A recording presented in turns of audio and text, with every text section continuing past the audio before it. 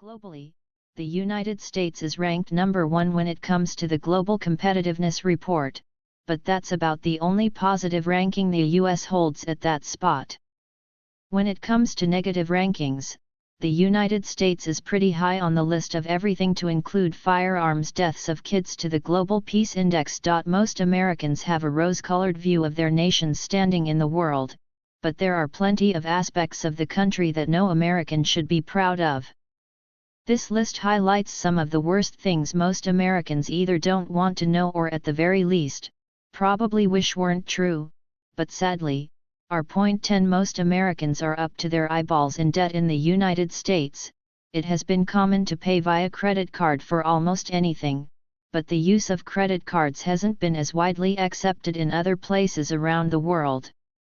A decade ago, you couldn't pay for much in Germany with them, and the same is true of many European and Asian nations, though they are growing in popularity.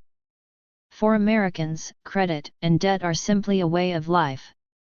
A large part of American culture is capitalist consumer-driven markets, which means, Americans like to buy stuff, and they often do so via some form of credit.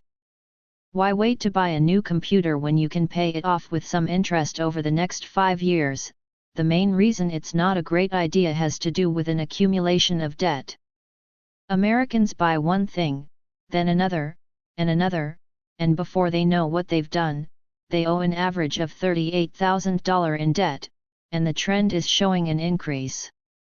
$38,000 is already a huge number for most people, but if you add it up, it shows just how deep the nation is in debt. When you take that average and factor in the population and demographic information, the nation as a whole owes $4 trillion in all forms of consumer debt. That number includes credit card debt, which has an average interest rate of 17.41%.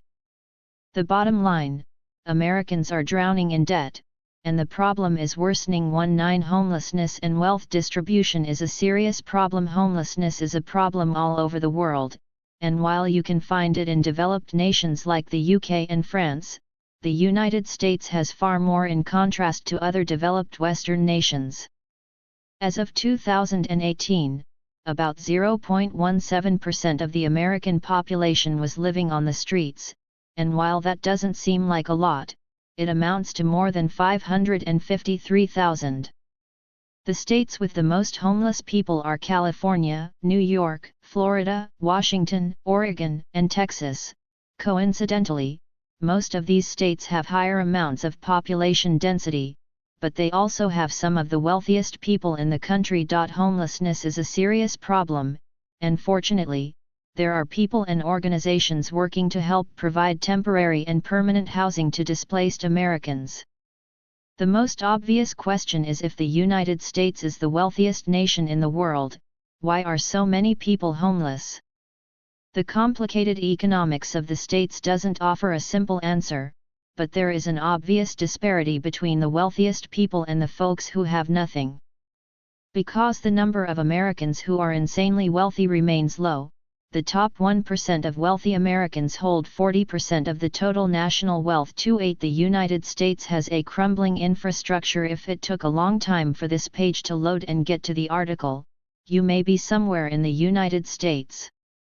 Despite being the country chiefly responsible for inventing what became the Internet, the US languishes behind many other nations in terms of download speeds. The United States ranks 38th out of 141 nations on the Speed Test Global Index. The country falls just below Portugal and sits on top of Spain. The main reason the US has poor internet is due to the cost of overhauling the telecommunications infrastructure, but that's not the only part of American infrastructure that's lacking. The roads, bridges, dams, water, and power systems are all falling apart, and nobody wants to pay to have them fixed. The politicians talk about fixing infrastructure all the time, but nothing has come out of it. Meanwhile, 47,000 bridges are in serious need of repair, with the possibility of a catastrophic failure should a rather large pigeon fire some droppings on the wrong platform. Roads are also a serious problem, and the effect is noticeable if you drive down any major highway in the United States. The Pacific Institute for Research and Evaluation determined that 42,000 road deaths were the result of potholes and other road maintenance issues. 37 The U.S. has the largest prison population in the world. This statistic is widely known, but it's likely most Americans aren't aware of just how bad the penal system in the country is. The United States has more imprisoned people than any other nation on the planet. For every 100,000 citizens, 724 are in prison, and when you see that number, it may not look large, but for China, their number is only 118 out of 100k. The number becomes an even bigger problem when accounting for the total population of prisoners in the states, which is around 2.2 million, and the jail occupancy rate is at 107.6%. Meaning they are overcrowded and insufficient to house what amounts to the equivalent population of Macedonia. Overcrowding is just one of the many problems facing incarcerated Americans. Another major concern revolves around the fact that more than 21% of incarcerated people haven't been sentenced with a crime. Usually takes a long time. If a person can't afford bail, they have to remain in prison until they're sentenced, even if they are ultimately acquitted of a crime. This essentially means that because everyone is innocent until proven guilty, the United States has more than 460,000 innocent people in jail. 4/6 The country's healthcare problems are a nightmare. One of the biggest issues facing the United States is a healthcare system that has gotten so out of hand. People are being charged thousands of dollars by simply walking into an ER without receiving treatment. In terms of rankings, the United States stands at the top of the list in terms of spending on health care, and without some serious government reform across all areas of insurance, billing, prescription medical costs, and long-term care, it will only get worse. The US is a country where a person can wind up in bankruptcy and lose their entire life savings by getting sick, and it happens all the time. The term medical bankruptcy has become commonplace, and 66.5% of all bankruptcies result from medical costs. It's gotten to a point where people are choosing to skip treatment and enjoy the time they have left, rather than go into serious financial hardship, which would only hurt their families. The news is rife with examples of people going without insulin or stretching what they have, which reduces its effectiveness, often leading to serious complications and death. Prescription drug prices in the United States have driven many to illegally purchase and bring back identical drugs from Mexico and Canada, where it's far cheaper. It's hardly limited to drugs, as something fairly routine like an MRI costs an average of $1,119 in the States, while the same procedure will run $215 in Australia. 5 The US has refused to ratify some widely accepted international treaties. You probably think that the United States ratified the treaty that brought the Korean War to an end more than 65 years ago, but it remains unratified to this day. The truth about America and treaties is, the country rarely ratifies them, and the ones you probably thought the US was party to are rather surprising. Even when the country signs a treaty, there's no guarantee it will abide by it. Native Americans know this all too well, but broken treaties aren't just a domestic problem. The most recent examples of this include the Paris Climate Accord and the Intermediate Range Nuclear Forces Treaty. The number of treaties the states aren't a party to is rather large, but there are some standouts. As of November 2019, the United States has refused to sign or ratify the following: the Treaty of Versailles, 1919, which ended WWI, the International Labour Convention, 1949, the Convention on the Elimination of All Forms of Discriminations Against Women, 1979, the Convention on the Rights of the Child, 1989, and the Mine Ban Treaty, 1997, just to name a few. The refusal to sign is often selfing to the nation, but it highlights a continuous trait of refusal to participate in global politics when the US doesn't get what it wants in a treaty. 4 American guns kill American kids. A lot firearms are a problem in the United States, and while there are plenty of articles and discussions online about the good and bad of gun ownership, the simple fact remains that more children die in the US from firearms than anywhere else in the world. The statistics for child deaths in the United States rank guns as the second leading cause after car crashes and above cancer. Yes, you read that correctly, but it bears repeating, cancer kills fewer American children than firearms.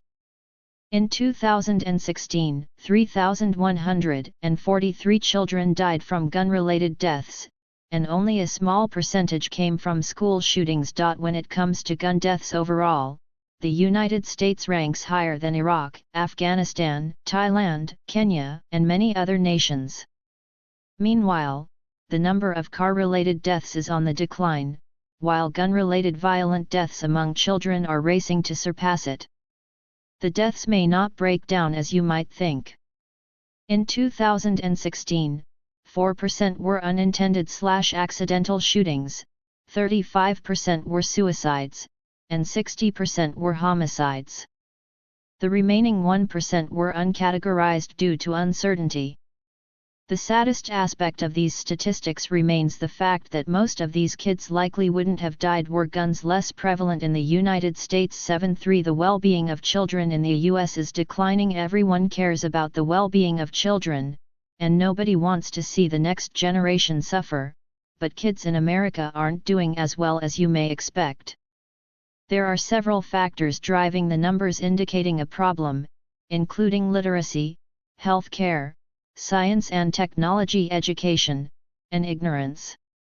While many of these issues impact adults in the States as well, the threat to the younger population is substantially more disconcerting. In terms of literacy, the United States is ranked 24th. If children don't learn to read at an early age, it will negatively impact their chances to land a good job and take care of themselves without needing assistance from the state. Another significant problem affecting children in the United States stems from how the country treats so-called undocumented immigrants. Recently, the Trump administration decreed that migrants in ICE custody were to be denied flu shots, which could result in a widespread epidemic due to the population density of detention centers. Even more problematic is the country's family separation policy, which drew massive outrage leading to its suspension without resolving the problem. At present, nobody knows how many kids were separated, where their parents are, or how the nation is going to bring those families back together. In the meantime, several have died in custody, and the thousands of migrant children still in custody are suffering. American freedom of the press isn't as free as most think. Freedom of the press is one of the core principles of American liberty, having been codified into law via the First Amendment to the United States Constitution. The rights of the people to freely report on their government, whether positively or negatively, is paramount to a free and just society, but those freedoms have been steadily declining over the years. For the third year in a row, the United States ranking on the World Press Freedom Index has dropped to 48th out of 180 nations. The main reason the US has declined can be summed up in only two words: fake news. That mantra, which was popularized by President Trump, has chipped away at the so-called fifth pillar of American democracy, and the trend is worsening each year. The ranking fell to the point on the scale where it describes the treatment of journalists as being problematic. The ranking was based on the president's hostility towards reporters, the curtailment of White House briefings, the banning of several reporters who asked questions or reported news the president didn't care for, and the overt harassment of the press at his re-election rallies. Further threats to the American press include bomb threats and murder plots made against CNN and other media organizations, one of which was planned by a lieutenant in the U.S. Coast Guard. Hatred of the media has become such a threat.